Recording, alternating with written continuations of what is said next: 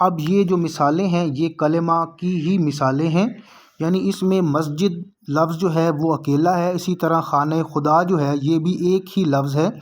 جب ہم اس کو پڑھتے ہیں تو اس کے معنی جو ہیں وہ ہماری سمجھ میں آ جاتے ہیں، جیسا کہ ہم نے پہلے پڑھا تھا کہ اکیلا لفظ ہو اور بامعنی ہو تو اس کو ہم کلمہ بولتے ہیں۔ مزید سوالوں کی طرف بڑھتے ہیں۔ سوال نمبر 11 جو ہے وہ ملاحظہ کیجئے گا کہ سوال نمبر 11 کچھ اس طریقے سے ہے کہ لفظوں کا ایسا مجموعہ جس سے مطلب صاف طور پر سمجھ میں آ جائے کیا کہلاتا ہے؟ تو اس کا درست جواب ہوگا کلام۔ پہلے ہم نے پڑھا تھا کہ اکیلا لفظ ہو اور بامعنی ہو تو اس کو ہم کلمہ بولیں گے۔ جب لفظوں کا مجموعہ ہو یعنی جملہ ہو پورا، اور جملہ بھی ایسا کہ جس سے مطلب جو ہے وہ ہمارے سمجھ میں آ جائے تو اس کو ہم کلام بولتے ہیں۔ سوال نمبر 12 دیکھیے گا، اس میں اس کی ایک مثال رکھی گئی ہے، ایک جملہ ہے کہ مسلمانوں پر نماز فرض ہے۔ یہ جملہ مثال ہے، یہ جملہ مثال ہے جی کلام کی، کیونکہ جب ہم یہ جملہ پڑھتے ہیں تو اس کے معنی جو ہیں وہ ہمارے اوپر مکمل طور پر واضح ہو جاتے ہیں۔ 13واں سوال دیکھیے گا کہ قواعد میں بے معنی لفظ کو کیا کہتے ہیں؟ بے معنی لفظ کو مہمل کہا جاتا ہے، جیسا کہ میں پہلے بتا چکا ہوں۔ سوال نمبر 14 دیکھیے گا کہ غلط سلط ٹھیک ٹھاک میں سلط اور ٹھاک مثالیں جو ہیں وہ کس چیز کی ہیں؟ تو یہ جو مثالیں ہیں یہ ہیں مہمل کی، کیونکہ یہ ایسے الفاظ ہیں کہ جو کہ بے معنی ہیں، یعنی یہ معنی نہیں دیتے۔ سوال نمبر 15 ملاحظہ کیجئے گا کہ کلمہ کی اقسام کتنی ہیں؟ کلمہ کی جو اقسام ہوتی ہیں وہ ہوتی ہیں 3، یعنی اسم، فعل اور حرف۔ مزید سوالوں کی طرف ہم بڑھیں گے۔ جو اگلا سوال ہے ہمارے پاس وہ ہے سوال نمبر 16۔ کسی کام کا ہونا زمانے کے ساتھ پایا جائے تو اسے کہتے ہیں؟ جواب ہوگا فعل، یعنی کسی کام کا ہونا ایک مخصوص زمانے کے اندر ہو، یعنی وہ زمانے کو بھی شو کر رہا ہو تو اس کو ہم فعل بولتے ہیں۔ اور جو مصدر ہوتا ہے، یعنی مصدر اور فعل میں یہ فرق ہوتا ہے کہ مصدر میں بھی کام کا ہونا پایا جاتا ہے لیکن اس میں زمانے کا عنصر شامل نہیں ہوتا، جبکہ فعل میں جو ہے جو بھی کام ہو رہا ہوتا ہے یا کسی بھی کام کا ہونا جو ہے وہ زمانے کے ساتھ جو ہے وہ ہمیں دیکھنے کو ملتا ہے۔ سوال نمبر 17 دیکھیے گا کہ اسم کی اقسام بلحاظ بناوٹ کتنی ہے؟ درست جواب ہوگا 3، اور وہ 3 اقسام کون کون سی ہیں؟ اس میں جو ہے اس میں اسم جامد ہے، اسم مصدر ہے اور اسم مشتق ہے۔ اسم کی اقسام بلحاظ بناوٹ یہ 3 ہیں۔ اب مزید سوال نمبر 18 دیکھیے گا کہ نہ خود کسی سے نکلتا ہے نہ اس سے دوسرے کلمے نکلتے ہیں۔ درست جواب ہوگا جامد، یعنی اسم جامد جو ہوتا ہے وہ ایسا اسم ہوتا ہے کہ نہ تو اس سے مزید کلمے یا الفاظ بنتے ہیں اور نہ یہ خود کسی لفظ سے جو ہے وہ نکلتا ہے۔ سوال نمبر 19 میں اس کی مثالیں ہیں کہ چاقو، قلم، درخت قواعد کی روح سے مثالیں ہیں۔ درست جواب ہوگا اسم جامد، یعنی یہ ایسے الفاظ ہیں یہ نہ تو خود کسی سے بنے ہیں اور نہ ہی مزید ان سے ہم کچھ الفاظ بنا سکتے ہیں۔ سوال نمبر 20 دیکھیے گا کہ مصدر کا لغوی مطلب کیا ہوتا ہے؟ مصدر کا جو لغوی مطلب ہوتا ہے وہ ہوتا ہے جائے وقوع یا نکلنے کی جگہ۔ اب مزید ہم سوال نمبر 21 کی طرف بڑھتے ہیں۔ سوال نمبر 21 کو ملاحظہ کیجئے کہ جو خود کسی سے نہ نکلے مگر اس سے مقررہ قاعدوں سے الفاظ نکلیں کیا کہلاتا ہے؟ جواب ہوگا جی اس کا اسم مصدر، یعنی اسم مصدر جو ہے وہ خود کسی سے نہیں نکلتا بلکہ ہم اسم مصدر سے مزید الفاظ جو ہیں وہ مقررہ قاعدوں سے نکالتے ہیں۔ سوال نمبر 22 ہے کہ رونا، سونا اور کھونا قواعد کی روح سے مثالیں ہیں۔ یہ ساری مثالیں جو ہیں یہ اسم مصدر کی مثالیں ہیں۔ سوال نمبر 23 دیکھیے گا کہ وہ اسم جس میں زمانے کی قید کے بغیر کسی کام کا کرنا یا ہونا پایا جائے کہلاتا ہے؟ درست جواب ہوگا اسم مصدر۔ یہ میں آپ کو پہلے بھی بتا چکا ہوں کہ فعل میں زمانہ موجود ہوتا ہے جبکہ مصدر میں زمانہ موجود نہیں ہوتا۔ سوال نمبر 24 دیکھیے گا کہ ان میں سے کون سی علامت مصدر کی ہے؟ دو آپشن دیے گئے ہیں، نون الف نا اور قاف وا کو۔ تو جو مصدر کی علامت ہوتی ہے، جو اس کی سب سے بڑی پہچان ہوتی ہے، وہ ہوتی ہے نون الف نا۔ اب سوال نمبر 25 کو دیکھیے گا کہ مصدر میں سے علامت مصدر یعنی نون الف نا نکالنے سے خالی جگہ کا صیغہ بن جاتا ہے۔ درست جواب ہوگا فعل امر کا۔ اب جیسے فرض کرو جو ہمارے پاس ایک مثال ہے سوال نمبر 22 میں رونا، اب یہ مصدر ہے، یہ کسی کام کی طرف اشارہ کر رہا ہے، اس کے اندر زمانہ موجود نہیں ہے، اور اگر ہم لفظ رونا سے نون الف نا کو ختم کر دیں تو پیچھے جو لفظ بچے گا وہ ہوگا رو۔ تو رو جو ہے یہ فعل امر کا صیغہ بن جاتا ہے، یعنی حکم کے زمرے میں شامل ہو جاتا ہے۔ مزید سوال نمبر 26 دیکھیے گا۔ سوال نمبر 26 کچھ یوں ہے کہ ایسا اسم جو مصدر سے نکلے مگر اس سے کوئی اور لفظ نہ نکلے کیا کہلاتا ہے؟ جواب ہوگا اسم مشتق۔ اب اسم مشتق جو ہے جیسا کہ ہم نے پڑھا ہے کہ یہ خود مصدر سے نکلتا ہے، لیکن اس سے جو ہے کوئی اور لفظ جو ہے ہم نہیں نکال سکتے۔ سوال نمبر 27 دیکھیے گا اس کو سمجھنے کے لیے کہ لکھنا مصدر سے لکھنے والا، لکھا ہوا، لکھائی، قواعد کی روح سے کس چیز کی مثالیں ہیں؟ جواب ہوگا اسم مشتق کی۔ اب اس پہ ذرا غور کیجئے گا کہ سوال نمبر 27 میں ایک لفظ لکھا ہوا ہے، ایک مصدر ہے لکھنا۔ اب لکھنا جو ہے یہ مصدر ہے۔ اب لکھنا لفظ سے ہی جو اگلے الفاظ ہیں یعنی لکھنے والا، لکھا ہوا اور لکھائی، یہ مصدر سے ہی بنے ہیں اور اسی کو اسم مشتق جو ہے وہ کہا جاتا ہے۔ سوال نمبر 28 ملاحظہ کیجئے گا کہ لفظ مصدر کون سی زبان کا لفظ ہے؟ لفظ مصدر جو ہے یہ عربی زبان کا لفظ ہے۔ سوال نمبر 29 ہے کہ مصدر بلحاظ بناوٹ کی کتنی قسمیں ہیں؟ اب وہ پوچھ رہا ہے کہ بناوٹ کے لحاظ سے مصدر کی کتنی قسمیں ہیں، تو جواب ہوگا 2۔ اب وہ بناوٹ کے لحاظ سے مصدر کی جو 2 قسمیں ہیں وہ کون کون سی ہیں؟ اس کا نام ہے مصدر جعلی اور مصدر اصلی۔ اب سوال نمبر 30 کی طرف توجہ کیجئے گا کہ وہ مصدر جو خاص مصدری معنوں میں استعمال ہو کہلاتا ہے، یعنی جو خاص مصدر کے لیے ہی استعمال کیا جائے تو اس کو ہم بولیں گے مصدر اصلی۔ اب مزید سوال نمبر 31 کی طرف ہم بڑھتے ہیں۔ لینا دینا، آنا جانا، دوڑنا بھاگنا کون سے مصدر کی مثالیں ہیں؟ جواب ہوگا مصدر اصلی۔ اب مزید دیکھیے گا سوال نمبر 32 کہ وہ مصدر جو عربی یا فارسی کے الفاظ کے اضافے سے چاہے وہ اسم ہو یا مصدر بنایا جائے کیا کہلاتا ہے؟ جواب ہوگا اس کا مصدر جعلی۔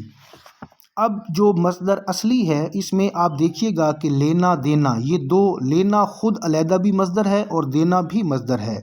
اب یہ دونوں جو ہیں یہ جب اکٹھے ہو جاتے ہیں تو ہم اس کو کہتے ہیں کہ یہ مصدر اصلی ہے۔ اب اس کے بعد ہم نے پڑھا تھا کہ ایک مصدر ہوتا ہے جعلی جو کہ بناوٹ کے لحاظ سے ہے۔ اس میں کیا ہوتا ہے؟ اس میں جو ہوتا ہے کہ کوئی ایک لفظ جو ہے وہ کسی دوسری زبان سے لیا جاتا ہے اور اس کے آخر میں پھر مصدر لگا دیا جاتا ہے۔ اب اس چیز کو سمجھنے کے لیے سوال نمبر 33 جو ہے وہ ملاحظہ کیجئے گا۔ اس میں ہے کہ شروع کرنا، روشن کرنا، تشریف لانا کس مصدر کی مثالیں ہیں؟ اب اس کا جو جواب ہوگا وہ ہوگا مصدر جعلی۔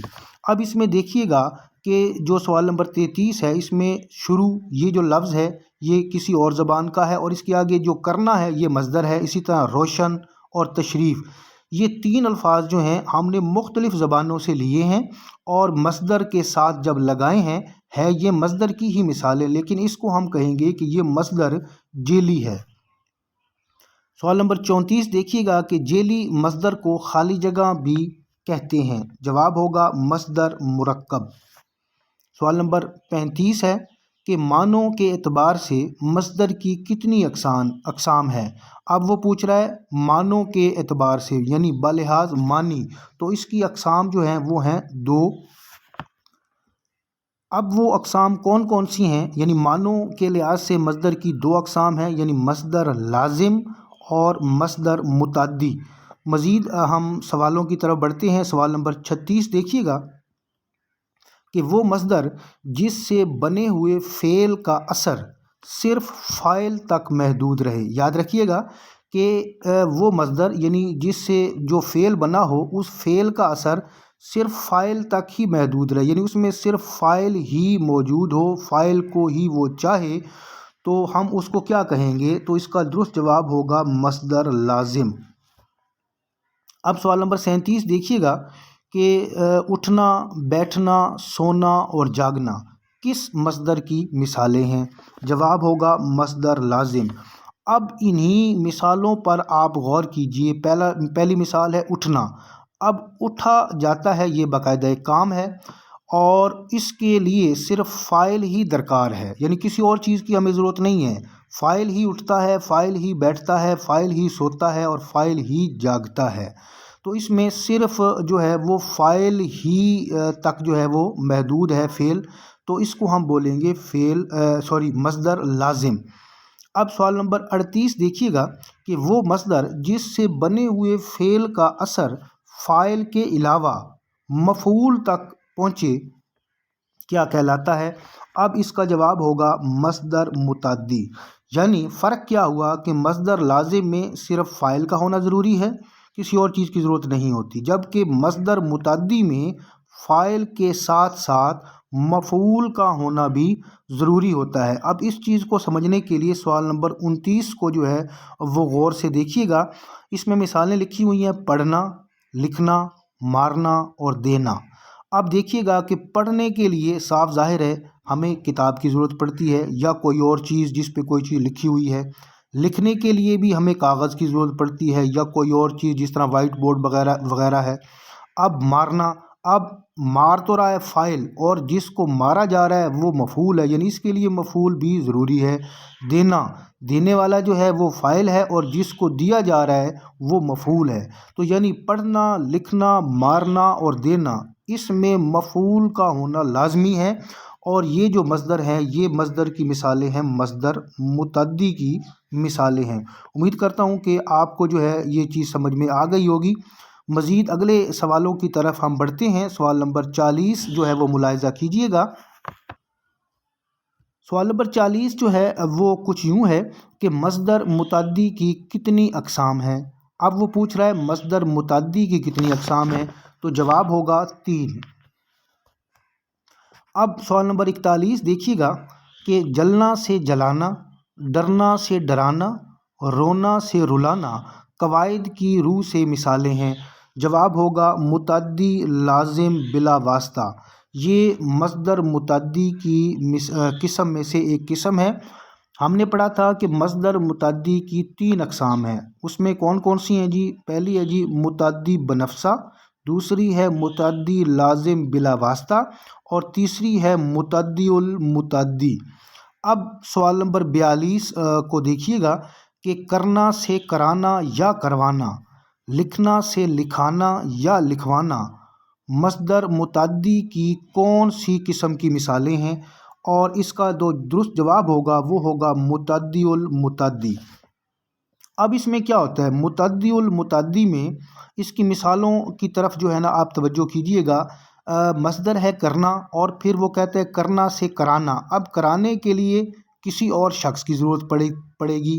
اسی طرح جو ہے کروانا یا لکھنا سے لکھانا یا لکھوانا، یعنی جب لکھوایا جائے گا تو وہ ہم کسی کو کہتے ہیں کہ یہ چیز لکھوا کے لاؤ، تو اس میں 2 فاعل جو ہیں وہ موجود ہوتے ہیں، یعنی فعل کو مکمل کرنے کے لیے صرف واحد فاعل نہیں بلکہ 2 فاعلوں کی جو ہے وہ ضرورت ہوتی ہے، تو اس کو ہم بولتے ہیں کہ متعدی المتعدی ہے، جو کہ مصدر متعدی کی ایک قسم ہے۔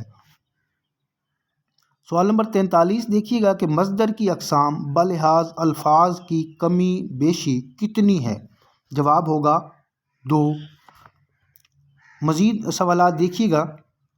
سوال نمبر 44 ہے کہ ایسا مصدر جس میں سے کوئی حرف کم کر دیا جائے اور وہ مصدر نہ رہے کیا کہلاتا ہے؟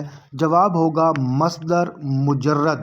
اب یہ مصدر مجرد اور مصدر مزید فیہ یہ جو ہیں یہ مصدر کی اقسام ہیں بلحاظ الفاظ کی کمی بیشی کے۔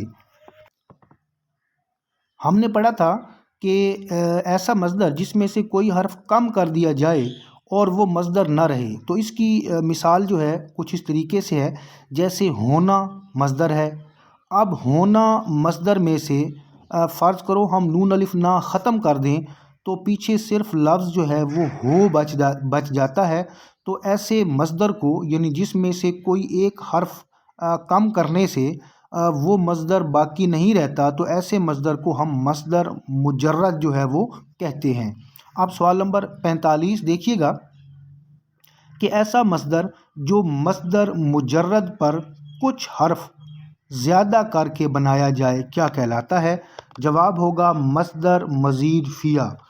اب اس کی مثال کو ہم کچھ اس طریقے سے سمجھیں گے۔ سب سے پہلے اس کی تعریف کی طرف ہم توجہ کرتے ہیں۔ وہ کہتا ہے کہ مصدر مجرد پر یعنی وہ پہلے سے مصدر نہ ہو، جیسے ہم نے پڑھا تھا کہ لفظ ہونا جو ہے یہ مصدر ہے، اس میں سے ہم نون الف نا کو جب ختم کرتے ہیں تو وہ ہو بچ جاتا ہے۔ اب ہو سے کے ساتھ ہم مزید الفاظ جب لگاتے ہیں تو وہ مصدر مزید فیہ کی جو ہے وہ مثالیں جو ہے ہمارے سامنے آتی ہیں۔ سوال نمبر 46 کی طرف توجہ کیجیے گا کہ ہو چکنا، ہو لینا، ہو جانا کس مصدر کی مثالیں ہیں؟ یہ وہی والی بات آ رہی ہے کہ یہ مصدر مزید فیہ کی مثالیں ہیں۔ مزید آگے دیکھیے گا کہ سوال نمبر 47 ہے کہ مصدر کی اقسام بلحاظ فاعل و مفعول کتنی ہیں؟ اب وہ پوچھ رہا ہے مصدر کی اقسام بلحاظ فاعل اور مفعول کے، تو اس کی جو اقسام ہیں وہ ہیں 2۔ سوال نمبر 48 دیکھیں۔ سوال نمبر 48 کچھ یوں ہے کہ جس مصدر کا فاعل معلوم ہو کیا کہلاتا ہے؟ یعنی جس کے بارے میں ہمیں پتہ ہو کہ اس کے اندر فاعل جو ہے وہ موجود ہے تو وہ ہوگا مصدر معروف۔ سوال نمبر 49 ہے کہ جس مصدر کا فاعل معلوم نہ ہو تو اسے کیا کہا جاتا ہے؟ جواب ہوگا مصدر مجہول۔ سوال نمبر 50 دیکھیے گا کہ مصدر متعدی کی کس قسم میں کام کو پورا کرنے کے لیے کسی اور شخص کا ذریعہ ہونا ضروری ہوتا ہے؟ جواب ہوگا متعدی المتعدی۔ اس کے بارے میں پہلے آپ کو بتا چکا ہوں کہ متعدی المتعدی یعنی مصدر متعدی المتعدی میں 2 فاعل جو ہیں وہ ہوتے ہیں، اور میں نے آپ کو بتایا تھا کہ جیسے کرنا سے کرانا یا کروانا، اسی طرح لکھنا سے لکھانا یا لکھوانا، یہ مصدر متعدی المتعدی کی مثالیں ہیں۔ تو امید کرتا ہوں کہ ویڈیو جو ہے وہ آپ کے لیے جو کارآمد رہی ہوگی۔ اپنی رائے کا اظہار جو ہے وہ کمنٹ کی صورت میں لازمی کیجیے گا۔ انشاءاللہ بہت جلد جو ہے وہ میں مزید قواعد پر ویڈیو جو ہے وہ بناؤں گا، اور انشاءاللہ بہت جلد جو ہے وہ اپلوڈ بھی کر دوں گا اس چینل پر۔ تو چینل کے ساتھ جڑے رہیں، انشاءاللہ اس میں آپ کو فائدہ ہوگا۔ اگلی ویڈیو تک کے لیے اللہ حافظ۔